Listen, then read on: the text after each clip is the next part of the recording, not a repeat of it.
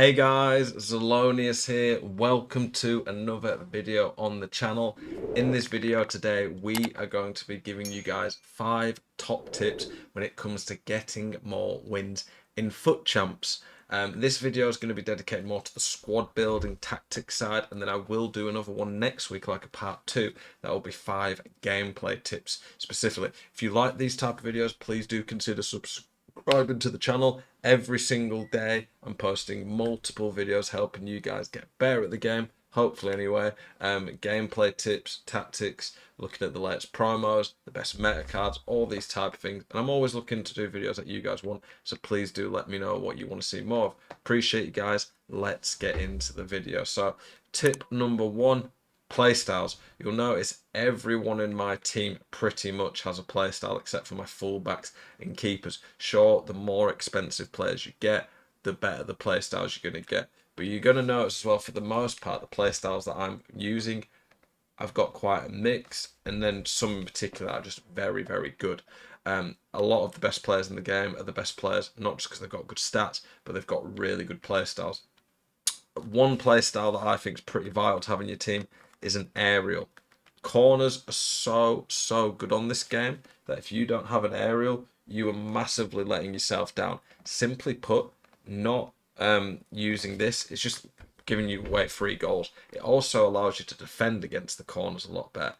Obviously, it's easy to say go get Van Dijk. If you can't afford him, Rudiger, very, very good value, very good chemistry. Aerial is massive. This is going to get you a lot of free goals. You can see Van Dijk's got a goal every 2 games for me, effectively. My Rudiger, it was 1 every 5. I've got better at the corners. He also did play quite a few games. A lot of Van Dijk's games were with Rudiger, so Rudiger wasn't doing them anymore. Rudiger was probably more like 1 in 4, and that was when I wasn't as good. And Rudiger's also just not as good at them. But aerial's going to make a big difference. I did a video where I did a playstyles tier list, so you can look at how I think about all these playstyles.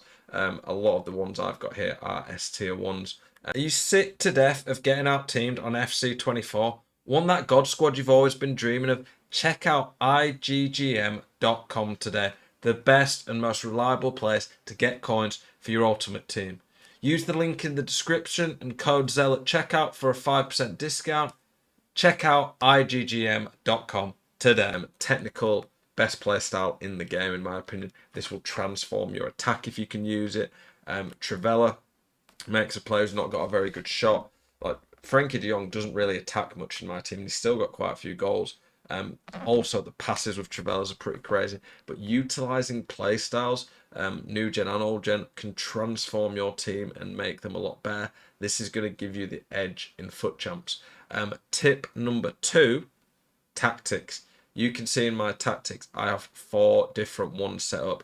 I'm not, when it comes to my tactics, just sticking with this one for the whole game, and no matter what happens, staying with it. I switch to my more aggressive press after possession loss if I'm losing. Having a game plan that you can switch up is going to make a big difference, in my opinion. If you don't, and you just stick in the one tactic, you're going to lose so many more games. So many people that I coach, when I'm watching their gameplay back and trying to give them feedback, I'm looking, I'm just like, what are you doing? Like, you're 2-0 down with like 30 minutes to go. I've not seen you change your tactic once.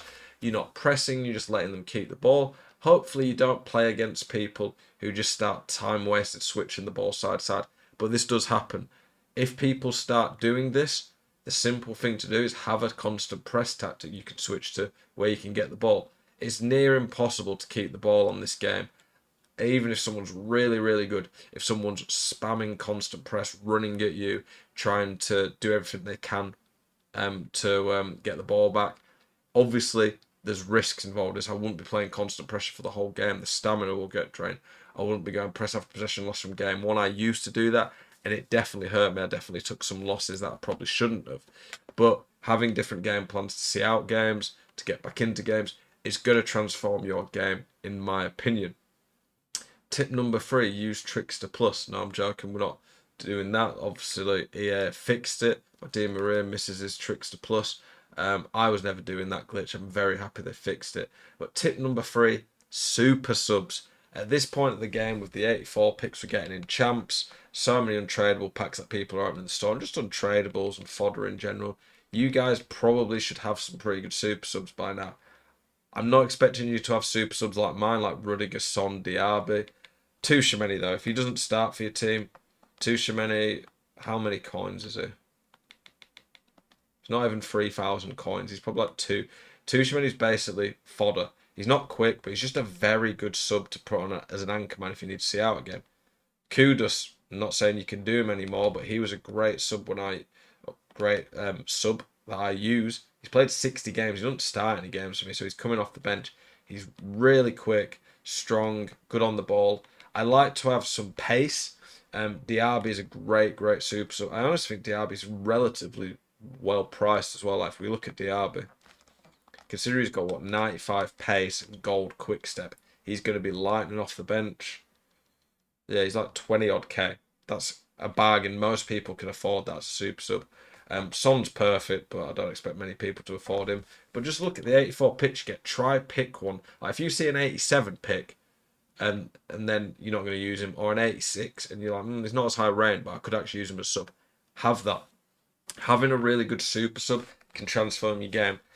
Use the loans that you get as subs. I don't like that loans are in champs, but they are, and whilst they are, you should be utilising them. You'd be stupid not to, in my opinion. Make sure though with loans you do leave at least one game on them. That means you can use them for the rest of the year in friendlies. Tip number 4, quite as obvious one, but a lot of people don't do it. When it comes to champs, spread your games out if you can. Obviously, not everyone can do that. I would say though, don't be an idiot. Don't just play 20 games in one sitting and ruin your weekend. Don't end up playing after a loss if you don't think you're ready to take a few minute break. Spreading out your games is going to make a huge difference. So many people get much worse ranks than they probably should be getting because they just get stupid, they get stuck in the head, they get frustrated, they lose one game and it spirals. I've seen people who should be getting the top few ranks ended up on like 11 wins.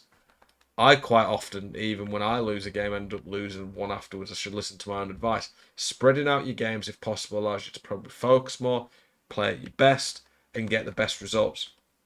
I'm assuming people watching this video that you're not as casual. You're not aiming, you're not aiming to just get, but just to purely have fun. You're aiming to get lots of wins. So you want to do that. Spreading the games out, making the most of it's going to make a big difference. But tip number 5, I'm going to say, is have fun. Ultimately, this is a video game. I can't help myself but be competitive.